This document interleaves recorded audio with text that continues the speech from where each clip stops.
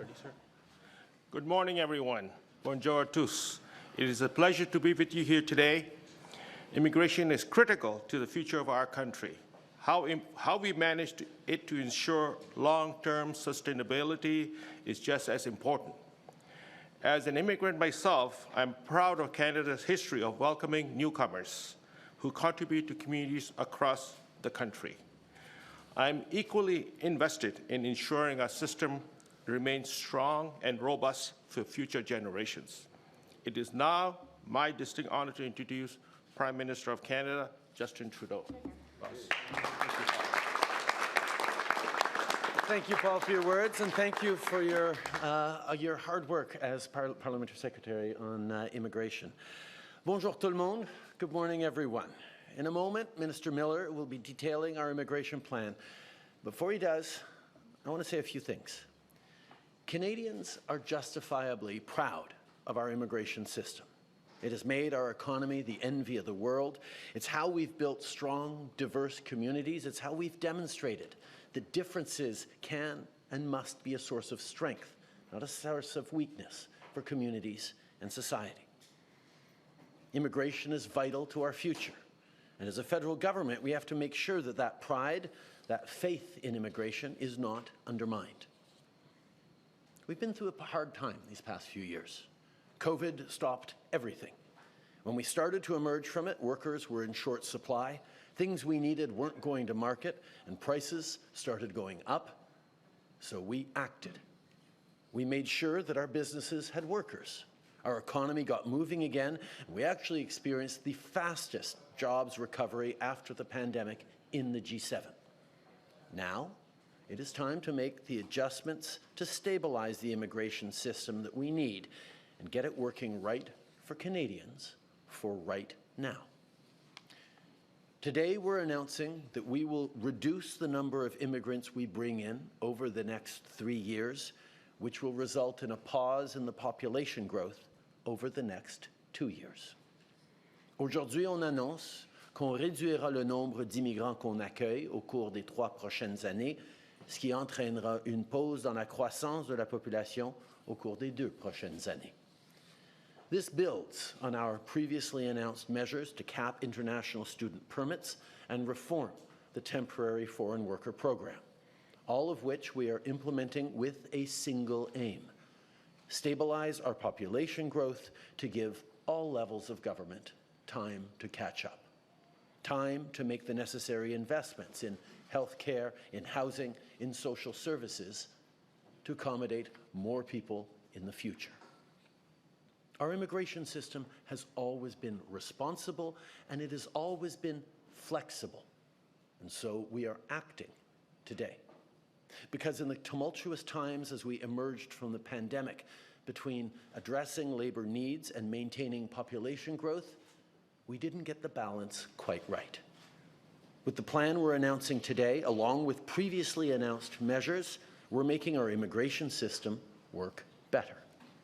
Les mesures qu'on a déjà mises en place font effet, et ce nouveau plan d'immigration va faire une différence significative. We need others to step up and do their part too. Far too many corporations have chosen to abuse our temporary measures, exploiting foreign workers while refusing to hire Canadians for a fair wage. All while, under the watch of provinces, some colleges and universities are bringing in more international students than communities can accommodate, treating them as an expendable means to line their own pockets. That's unacceptable, and it needs to change. Businesses should no longer rely on cheap foreign labor. My message to them is that there is no better time to hire and invest in Canadian workers. Our international student cap is dealing with exploitative colleges and universities, but all institutions need to take it upon themselves to be more responsible. And every step of the way, we need provinces and territories to work closely with us, too. Toutes les provinces et territoires vont devoir faire leur part, et ça inclut, bien sûr, le Québec. Les mesures annoncées aujourd'hui vont continuer à réduire l'immigration temporaire au Québec. Mais comme vous le savez, Le gouvernement du Québec a ses propres cibles d'immigration permanente et sélectionne la majorité de ces immigrants temporaires. Ils ont donc la responsabilité d'agir dans ce qu'ils contrôlent pour contribuer à nos objectifs communs de réduire l'immigration temporaire et protéger le français. D'ailleurs, avec le plan annoncé aujourd'hui, on contribue aussi à la vitalité du français à travers le Canada en augmentant nos cibles d'immigration francophone hors Québec. Immigration is essential for Canada's future, but it must be controlled and it must be sustainable. With today's annual immigration plan, that is precisely what we're doing. Thank you all for being here this morning. Merci. Je passe maintenant la parole au ministre Miller. Mark.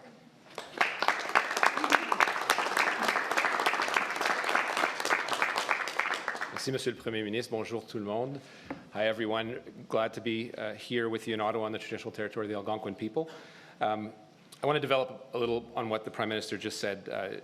Indeed, immigration is indispensable, has been indispensable to the creation and the identity of this country, indispensable to its future.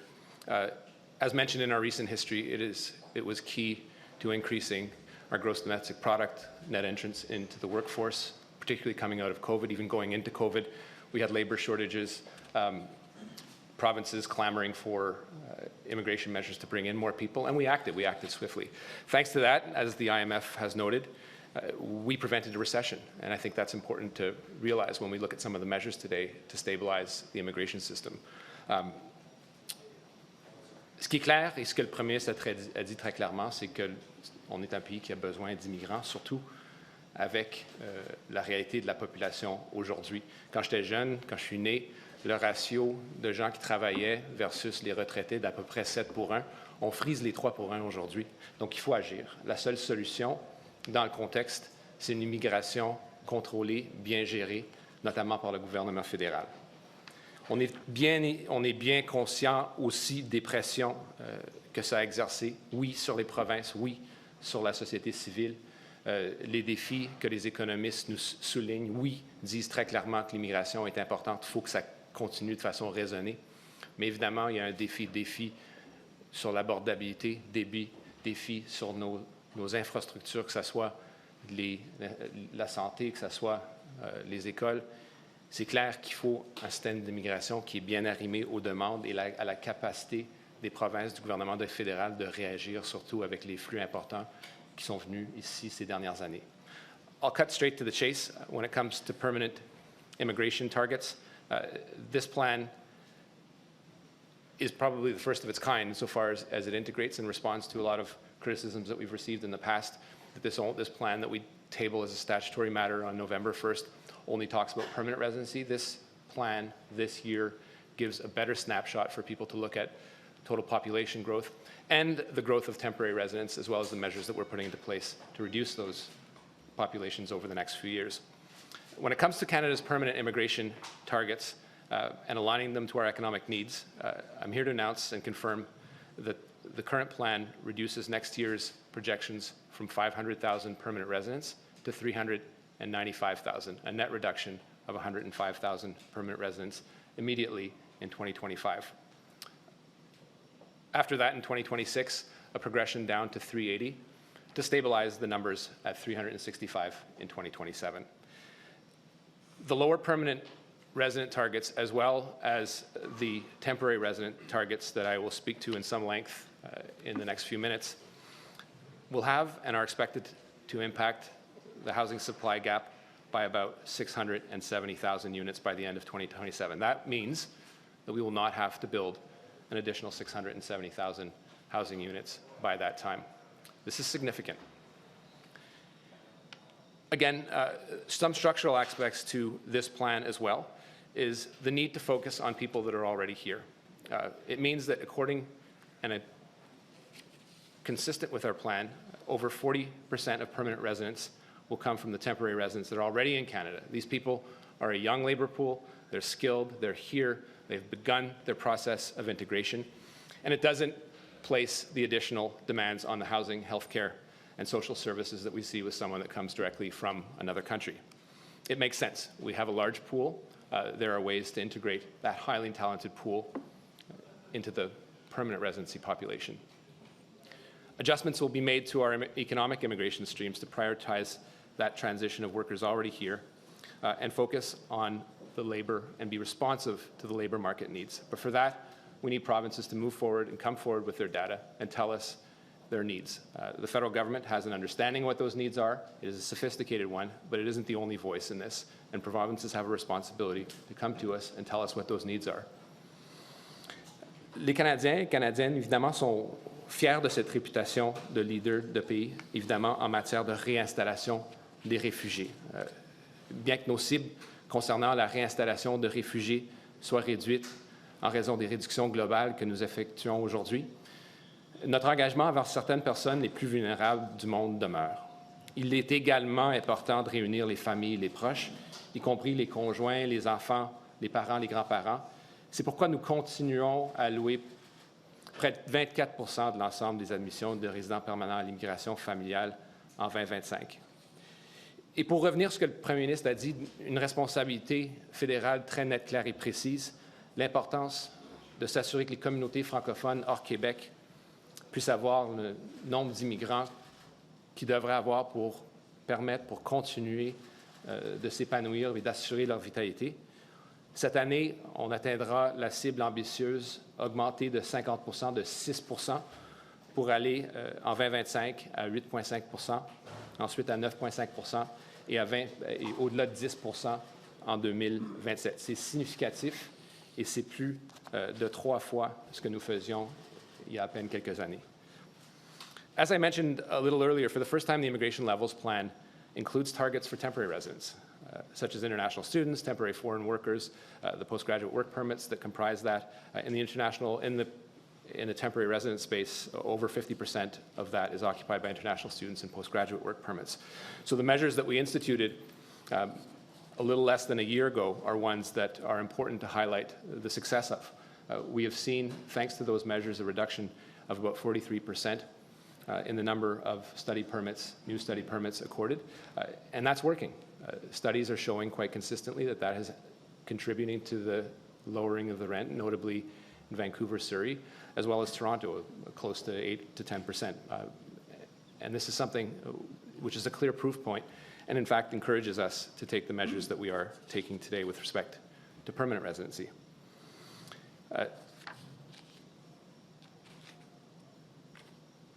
The caps that we put in place are not measures that we took lightly, nor are the measures taken today ones that we're taking lightly without reflection. We are an open country, but not everyone can come to this country. Permanent residency is something that we hold dear. It has a value, as does Canadian citizenship. We've been a very generous country and will continue to do so. The numbers that we announce today roughly take us to back to a very ambitious plan that was put forward in about 2020. It reflects the fact that we have and we will continue to listen to Canadians. That's something that's important because the people standing behind me today are people that have been speaking to their constituents, have been speaking to economists, have been speaking to universities and institutions, and listening to their own families. And they've said consistently that while we are still and continue to be an open country, that volume that we have put forward is something that is of concern. And indeed, the latest Environics poll says as much. There are limits to governing by poll, and this is something that took some reflection over the last year. When I spoke to economists, they said clearly that their range of permanent residency needed to be reduced, but there wasn't unanimity as to what it was. It was about 350 to 450,000 for next year. This is somewhere in the middle, and I think it respects a responsible plan to grow immigration, while the net effect is a pause on the population growth. It is something that shows that we're listening to Canadian, shows that we have a controlled immigration plan that we can be proud of. One final point that I think is really important for the number crunchers out there, and I know there are indeed a few, the temporary measures that we have taken, including the ones that Minister Boissonnault has announced, are expected to result in a reduction of Canada's temporary resident population of 445,000 in 2025, an additional 445,000 1,000 in 2026, and perhaps a modest increase of 17 in 2027. Those are the numbers that we are factoring in as we look at the impact on the need to build housing units, but also the ones we look at when we look at the overall mix and the plan to reduce the temporary resident population from 7 to 5%. One final note on regularization, and I know this was an important mandate of our government. It has become quite clear over the last year that there is no consensus on a mass regularization program, despite the fact that people in Canada continue to be Canadian, except for everything but in name. When looking at this regularization program, we looked at the impact that this could have on deploying it in a short period of time and making sure that it is a success that makes sense and is fair for everyone. It doesn't mean we've left these people behind. We are prepared to institute a smaller program in number to make sure that we are targeting important aspects of the economy, whether it's construction or healthcare, to regularize some folks that, again, should be Canadian by right and aren't today. Those are measures that will continue, but in a much smaller amount than perhaps the mandate letter that I carry suggested. And that is something that we will continue to work on and continue to work with Canadians and the implicated organizations. We have a lot of challenges in this area. The consensus is one that was hard fought. It's something that we have to continue fighting for, and we will continue fighting for it. But today, with this plan, we're proposing a managed migration plan that puts control in the federal government over the numbers of people coming to this country and will contribute to a positive future for all Canadians and one where we can serve both immigrants and Canadians better. Thank you. Je vous remercie infiniment. We will now start with the question and answer period. Le Premier ministre va rester pour les premières 5 questions. First question to Mackenzie Gray, Global News. Hi, Mr. Trudeau. How can you say your party is united after numerous MPs told you to your face yesterday that you should quit? Listen, the Liberal Party has always had robust discussions about the best ways to tackle the issues that are facing Canadians. We are united in our desire to prevent Pierre Poilievre from cutting the programs and services that Canadians are facing. We're going to continue to have great discussions about how I can best lead the Liberal Party forward with measures that will counter the growing misinformation and disinformation that Mr. Poilievre is putting forward around Canadians. We're focused on winning the next election, and we've got a great team around us to do it. Okay. Nous avons toujours eu, en tant que parti, des discussions robustes sur la meilleure façon d'avancer. Nous allons continuer de les avoir avec moi en tant que chef. Nous allons s'assurer de mettre toutes les mesures en place pour pouvoir battre Pierre Poilievre et l'empêcher de couper dans les programmes et services dont les Canadiens ont besoin. Et on va rester ancré dans les choses qui préoccupent le plus les Canadiens, comme on démontre aujourd'hui avec nos annonces sur l'immigration. Next question. I have given you a deadline. So are you planning on staying as Prime Minister past October 28th? Yes. Oui.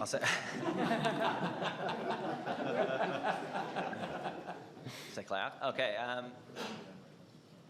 In this situation, we've heard that you've been listening, been reflecting, you listened in the caucus to the dissent that people voiced yesterday. At what point do you shift from listening, if this continues and the dissent continues and people continue calling for you to go, shift from listening to doing something? You've kicked people out of caucus before. Is that something that you're willing to do if this continues? Unlike the Conservative Party of Canada, we have robust conversations within our ranks about the best way to move forward. I have a hard time believing that all Conservative MPs are fully supportive of having had one of their members get an all-expenses-paid trip down to Florida for an extreme right-wing anti-abortion church. I have a hard time believing that all Conservative MPs are fine with a member of their front bench dining with neo-Nazis over the past years. I have a really hard time believing that all Conservative members are perfectly fine with their leader politicizing issues around national security, but refusing to get a security clearance to be able to actually deal with foreign interference. In the Liberal Party, We talk amongst ourselves. We share our perspectives. We're open about our united desire to make sure that Pierre Poilievre doesn't get the chance to cut the programs and services that Canadians are relying on in this time of affordability crises. So yeah, we're going to continue to have great conversations about what is the best way to take on Pierre Poilievre in the next election, but that'll happen with me as leader going into the next election.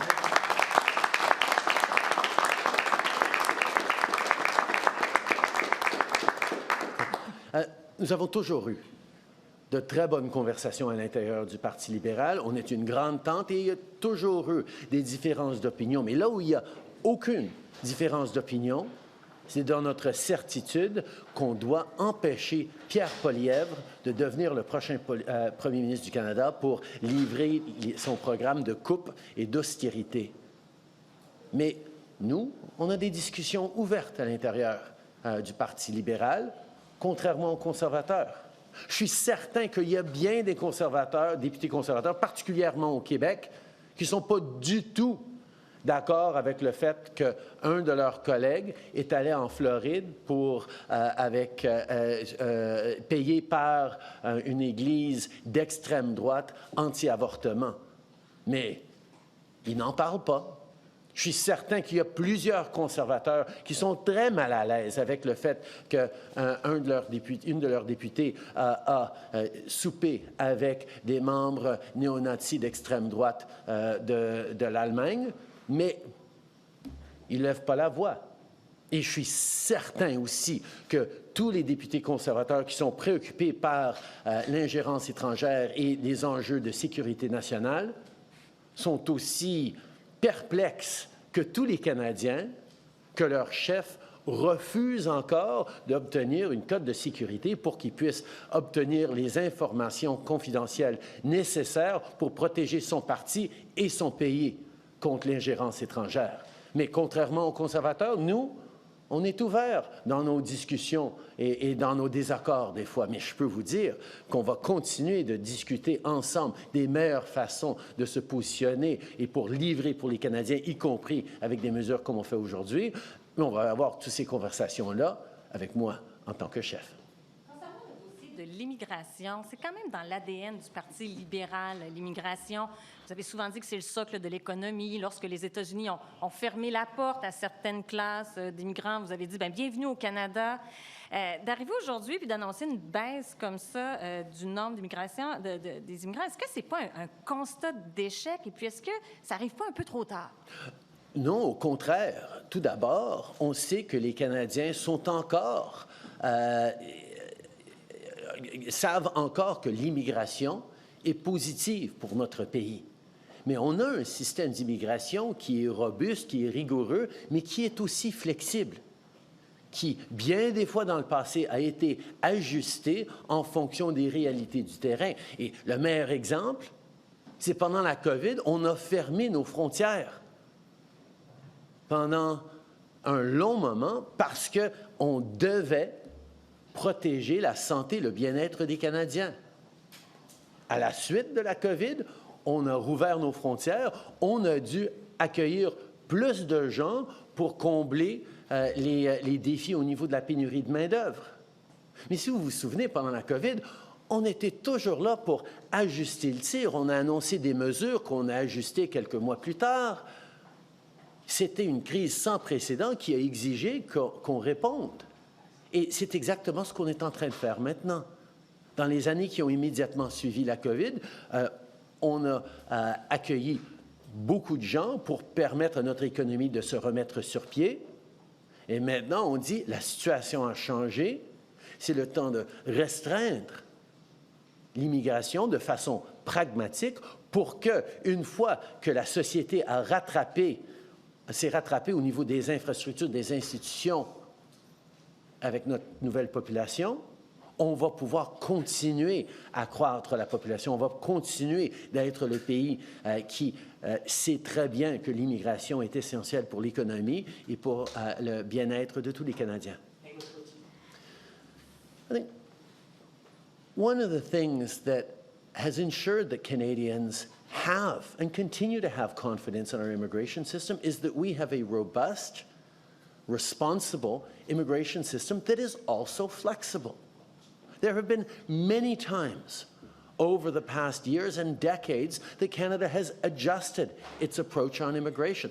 Just think about the pandemic, for example, where we stopped immigration. We closed our borders for a long stretch in order to keep Canadians safe, to respond to the crisis we were going through at that moment. What that meant was once the pandemic closures were done, we had significant labor shortages. We needed to get our economy rolling again. We listened to business, we listened to colleges and universities, and we boosted the number of people coming into this country. That was a response to the COVID slowdown and shutdowns. But now our economy is in a different place. We've seen massive population growth over the past years, particularly in the area of temporary workers and temporary residents. And we are now saying, okay, we need to let our communities, our infrastructures catch up to the population. And that's why we're pausing population growth by reducing immigration numbers for the next 2 years, so we can get back pragmatically to a place where Canada can once again grow the way we all know we're going to need to in the coming decades. But getting things back to a responsible level is something that a responsible government does. It's certainly something we did lots of times during COVID, when we put forward a measure and realized, okay, a few weeks later, a few months later, we needed to adjust it or end it or shift it. This is still echoes of a pandemic that continues to have impacts on what we're doing. Boris Proulx, Le Devoir. Monsieur le Premier ministre, le Québec demande depuis des années de baisser le seuil d'immigration. Pourquoi avoir attendu que cette critique-là vous provienne d'autres provinces et du Canada anglais? Au contraire, on travaille avec Québec depuis bien des années pour restreindre le numéro d'immigrants temporaires au Québec, pour reconnaître que les Québécois font plus que leur part par rapport aux demandeurs d'asile, par exemple. Mais je dois encore une fois souligner que le gouvernement du Québec fixe ses propres seuils en immigration et le gouvernement du Québec contrôle plus que la moitié des immigrants temporaires qui arrivent au Québec. Et ça fait maintenant des mois que j'ai demandé au premier ministre Legault son plan pour réduire l'immigration temporaire au Québec, puisqu'il en contrôle plus que la moitié. Et j'attends encore le plan de M. Legault.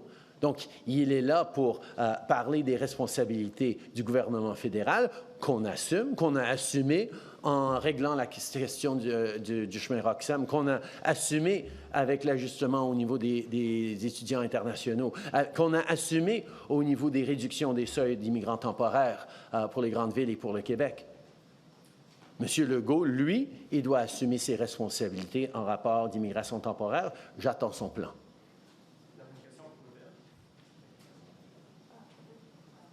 Oui, moi j'ai une question pour le PM. Vas-y. Bonjour monsieur.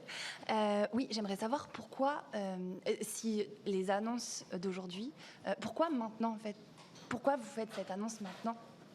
C'est ça. Bien, à chaque année, le gouvernement fédéral doit mettre pour le 1er novembre, doit mettre de l'avant un plan pour l'immigration permanente au cours de la prochaine année, au cours des 3 prochaines années. Or, dans l'histoire du pays, ça a toujours été des annonces sur les résidents permanents qui n'incluaient pas, qui ne réfléchissaient pas, qui n'annonçaient rien par rapport aux immigrants temporaires, c'est-à-dire des étudiants internationaux, des visiteurs, des travailleurs temporaires. Pour la première fois, en annonçant les seuils de résidents permanents pour l'année prochaine, le ministre inclut nos attentes par rapport aux immigrants temporaires. Et on est en train d'annoncer une réduction. Et ça va permettre aux jeunes Canadiens de trouver plus d'emplois. Ça va exiger que des entreprises canadiennes augmentent la productivité, embauchent plus de Canadiens, investissent dans les Canadiens. Et ça va nous permettre de rattraper, avec notre logement et nos services, le niveau de la population à laquelle on se trouve maintenant. C'est une pause responsable et pragmatique qui va nous permettre de continuer d'être le pays qu'on est et que les Canadiens puissent continuer d'avoir confiance dans notre système d'immigration. Merci, Premier ministre. Merci Mr. tout le Miller monde. will stay back and take questions. That's the rest. Thanks, guys.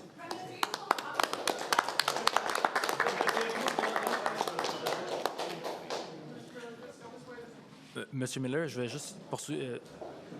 C'est là que j'attends. Les gens. Ben, je veux pas. Ça pourrait être. Tu veux nous chasser?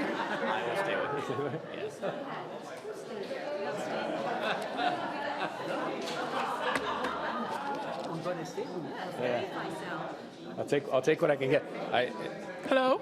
Okay. If anyone wants to ask more questions to Minister Miller, he's available, unless you got all your answers. Oh, you have committee. Okay, yeah. Si quelqu'un veut poser davantage de questions au ministre Miller, So they actually, I mean, they may not like me. That's okay, but they have.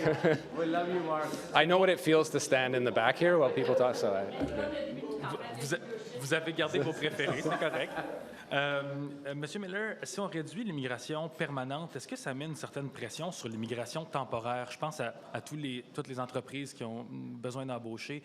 Il n'y a pas un jeu de vase communicant où certaines personnes vont se retrouver dans le temporaire plus longtemps? c'est une bonne question. C'est une personne qui est ici de façon temporaire et pas ici de façon permanente, c'est clair. Puis ils ont un choix à faire quand leur visa vient à échéance. Et toute personne qui voit son visa venir à échéance et n'a pas de voie pour rester au Canada, est dans une situation d'irrégularité, même d'illégalité, et doivent donc quitter le pays. C'est sûr que dans le contexte dans lequel on vit, avec 7 % de la population qui est ici de façon temporaire, et une augmentation significative des paliers d'immigration permanente, on a un peu l'embarras du choix. On a un défi significatif, puis je pense qu'il y a beaucoup de pays qui nous envieraient la situation dans laquelle on se trouve, mais on peut sélectionner des gens qui sont très talentueux, qui ont des très hauts scores dans les sélections que le gouvernement fédéral fait pour avoir accès à la résidence permanente, pour aller puiser et piger des gens qui sont super qualifiés, qui devraient être ici, puis sont jeunes, sont éduqués, ont un début d'intégration après avoir suivi des cours de 2-3 ans ici au Canada, pour être des résidents permanents. Alors, c'est un bon choix à faire, mais oui, il y a un défi de vase communicant, évidemment, avec la restreinte de l'accord des visas qui va s'effectuer au courant des 3 prochaines années.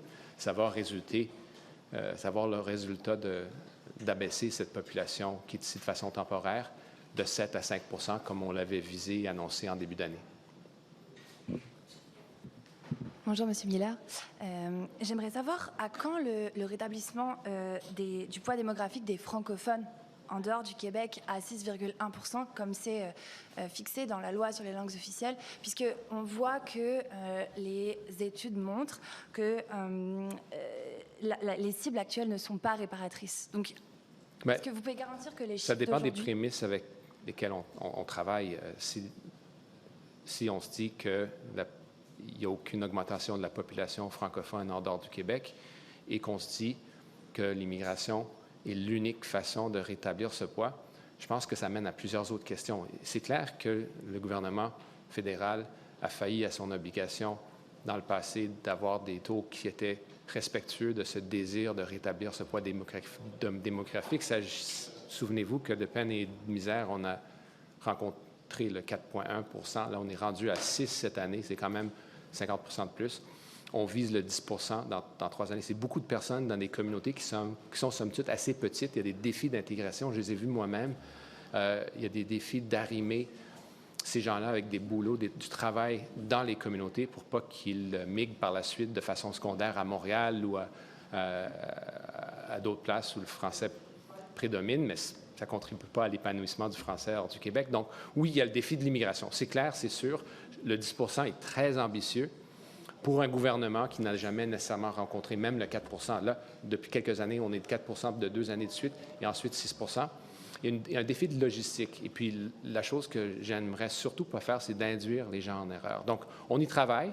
On continue de pousser très fort pour s'assurer qu'il y ait des ressources pour ces gens-là pour s'établir dans des communautés francophones qui sont, comme je l'ai dit, souvent très petites, et de relever des défis qui relèvent aussi des provinces dans le domaine de l'éducation, dans le domaine, évidemment, de l'habitation, les soins de santé. Et c'est des défis qui vont continuer. Mais l'immigration, ce n'est pas la solution à tout, mais c'est une des grandes solutions et c'est une des responsabilités qui m'incombent de façon très profonde. OK. Puis, en suivi, on voit qu'il y a un seuil pour les immigrants temporaires. Donc, comment la sélection va-t-elle se faire? Et est-ce que ce sera... J'ai manqué la première partie de votre phrase. Ah, excusez-moi. Il y a un seuil de... Il y a un seuil pour les immigrants temporaires dans votre annonce d'aujourd'hui. Donc, comment la sélection va-t-elle se faire? Et est-ce que ça va être sur le principe du premier arrivé, premier servi? Le principe d'intégration à la résidence permanente ou le... Résident temporaire. Oui, mais quel principe? Là? Parce Est-ce qu'on met en place des politiques pour les étudiants. Non, je vais... Laissez-moi juste finir ma Précisez question. votre pensée. Comment la sélection pour les résidents temporaires va-t-elle se faire? Et est-ce que ce sera sur le principe du premier arrivé, premier servi, pour les résidents temporaires? Vous parlez de quoi, là, au juste? Je vais juste préciser, c'est ma question. Non. Premier service, écoutez, il y a des politiques. En fait, il ne faut pas lire des feuilles, là. Pas pour accéder à la résidence permanente, là. Seulement pour faire partie, je pense que le total, c'est 400 000 pour les résidents temporaires. Oui. Donc, pour faire partie de ce chiffre-là, de ce bassin-là, comment ça va être sélectionné? Est-ce que c'est premier arrivé, premier servi?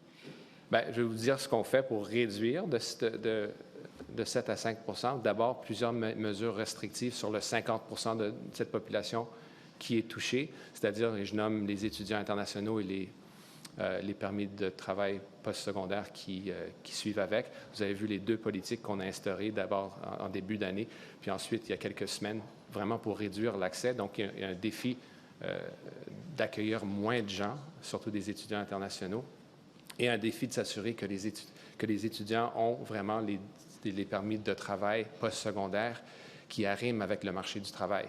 Ça va faire en sorte qu'il va y avoir une réduction naturelle des étudiants qui viennent ici, qui cherchent la résidence permanente parce qu'ils ne vont pas y avoir accès. Il y a une impression au sein de cette cohorte que la résidence permanente est quasiment garantie. Ce n'est pas le cas.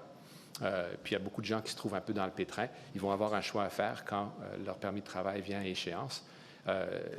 Et c'est un défi qui est de plus en plus important. Vous avez vu ça avec l'augmentation que j'estime va continuer d'accroître des demandes d'asile de gens qui sont déjà ici, qui ont été des étudiants internationaux.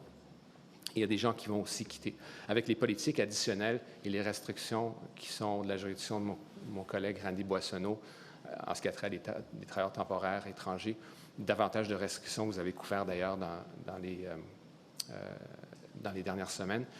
En ce qui a trait à l'accès de ce bassin de gens à la résidence permanente, on passera par des scores naturels. Ce n'est pas une question de sauter la file, mais il y a beaucoup de gens qui sont là, qui ont des qualifications qui vraiment pètent des scores incroyables. Dans ce cas-là, ils seraient partie de la sélection naturelle de gens qui auraient droit à la résidence permanente. Alors, ce n'est pas premier arrivé, premier servi, c'est des critères de qualité surtout. Hi, Mr. Miller. Public opinion data suggests that Canadians are beginning to sour on immigration. There was a recent poll from Abacus that showed 50% of people think immigration is actually harming the country. Is today's announcement an admission that high immigration levels were a large contributor to the ongoing cost of living crisis? Look, as I've said before, it is easy to blame immigrants for everything.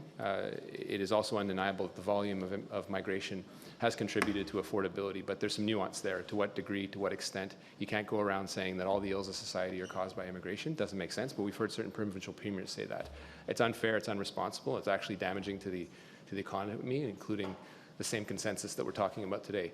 No denying as well that consensus is under challenge and threat in countries like Canada. And we're lucky to have parties that aren't outwardly hostile towards immigrants currently.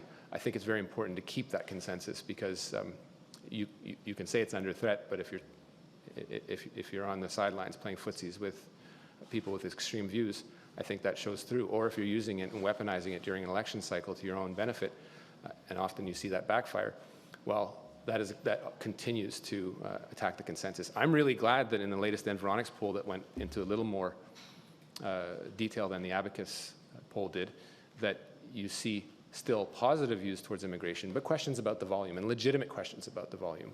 And I think that's fair. The Prime Minister acknowledged that that volume is one that you can certainly question and the decisions that were made to increase that. But there are benefits that came with that. So this isn't black and white. It's about an important cohort of the population that come here with great hope and contribute to the Canadian dream. They will continue to do so. This is still an ambitious plan, but it's a reasonable one that puts more control back into the federal hands to make sure that we are properly steering that population in a way that immigrant population in a way that's reasonable and fair to all Canadians and the immigrant groups that are coming in. I mean, some of the attitudes we hear are from more recent groups of Canadians that align with Canadians that have been here a little longer. So it's not about one group against the other. It's a consensus that does get challenged, but I think we still have it, and we need to fight hard to preserve it. And sorry to speak so long, but I actually care about this. You see what happens when that consensus erodes. Countries that we have perhaps looked up to in the past. My family is part Swedish, and you see what's happening there. You see what's happening, for example, in Germany, and I think that is something, it's a lesson for us. And you see what's happening to the south of us, and that's a lesson for us to learn, and we have to constantly fight for it. My biggest reproach with chambers of commerce and with groups that have benefited very much from immigration, when I meet with them, they're all telling me, including provinces, that they want more control over immigration, is that you have to stop fighting for it, because we've all gotten lazy about the value of immigration to Canada, and I think it's something that we need to realize, let it absorb, and continue to fight for it. At the same time, I'm not going to call people names that have been questioning the volume. The reality is that volume is one that on this particular point of time has been very aggressive. It's contributed to keeping us out of a recession, but it's come with some challenges, and that's why I think today's plan is responsible fundamentally. Just as a follow-up, is it fair to say that those questions that Canadians have been around for a while? Like, some experts have been saying that this system has been barreling out of control for several years now. What took so long to pull the trigger on this? You know, look, I think you can certainly have some reflection on the timing of this. We did, and the Prime Minister was quite clear about that, face, let's hope, a once-in-a-lifetime event in the COVID pandemic with, I think, labour shortages going into it and coming out, and we adjusted. Did we take too long to adjust? I think there's some responsibility there to assume. It isn't unique. It isn't only, I would say, the federal government that has that responsibility. You just look at the jurisdiction that provinces failed to exercise when it comes to regulating international students and the institutions that they have clear. They will clamor from the treetops that they have exclusive jurisdiction over education, and the colleges that failed to be regulated. Auditors General time after time said that they needed to adjust. What we failed to do, what I would say that we did for too long is we trusted them. We trusted them for too long, and now I have to take some very difficult decisions that make me into, a federal education minister and, an armchair demograph and an economist, and that's not my role. I'm an immigration minister, and the deeper I go into those jurisdictions, the fewer tools I actually have, and the more questionable it becomes constitutionally. So this is about assuming responsibility, making sure that provinces step up, and there are plenty of measures in this plan that ensure provinces will step up, not only in making sure they do their jobs with international students, but also with asylum seekers. And we're ready to have that conversation, because if we fail to be coordinated, Canadians continue to question that, and that contributes to the erosion of the consensus. Question. Mélanie. Dernière question. Revenir sur ce que vous venez de dire, vous dites on leur a fait confiance pour trop longtemps. J'ai manqué le début, là, à qui faites-vous référence? Mais ma question, c'était plutôt sur la pénurie de logements. Vous avez longtemps dit que l'immigration était en quelque sorte un remède pour pallier la pénurie de logements. Qu'est-ce qui a changé? À quel moment? Où a été le point de rupture que vous avez identifié? Ce que j'ai dit en ce qui a trait aux provinces puis leur gestion des écoles secondaires, post-secondaires, des collèges, c'est qu'on leur a fait confiance trop longtemps dans leur mauvaise gestion dans plusieurs provinces de ce problème qui est de taille maintenant. Ça aurait dû pas être le cas. On le voit avec le nombre des demandeurs d'asile, puis c'est une responsabilité qu'ils doivent assumer, qu'ils vont devoir continuer d'assumer. C'est pas juste de constamment blâmer le gouvernement fédéral, surtout s'ils revendiquent cette même juridiction qui ont refusé d'exercer. En ce qui a trait, ce que j'ai dit à votre collègue, clairement, c'est que le volume a affecté évidemment l'abordabilité, qu'on parle du coût du logement, le parc locatif, mais quand même, c'est une question de nuance. On ne peut pas tout blâmer ou mettre sur les épaules des immigrants. Le sous-investissement en logement au niveau fédéral se fait depuis 30 ans. C'est uniquement ce gouvernement, depuis 2015, qui a investi dans le logement. C'était même dégagé de cette responsabilité sous le gouvernement Harper. Vous avez bien entendu mon collègue Jean-Yves Duclos en Chambre dire que Pierre Poilievre en a construit 6 sous son contrôle du ministère. Mais ça fait depuis 30 ans. Puis même les gouvernements libéraux dans le temps aussi. On a mis beaucoup d'argent à la disposition des provinces pour investir dans le parc locatif, dans le logement abordable surtout.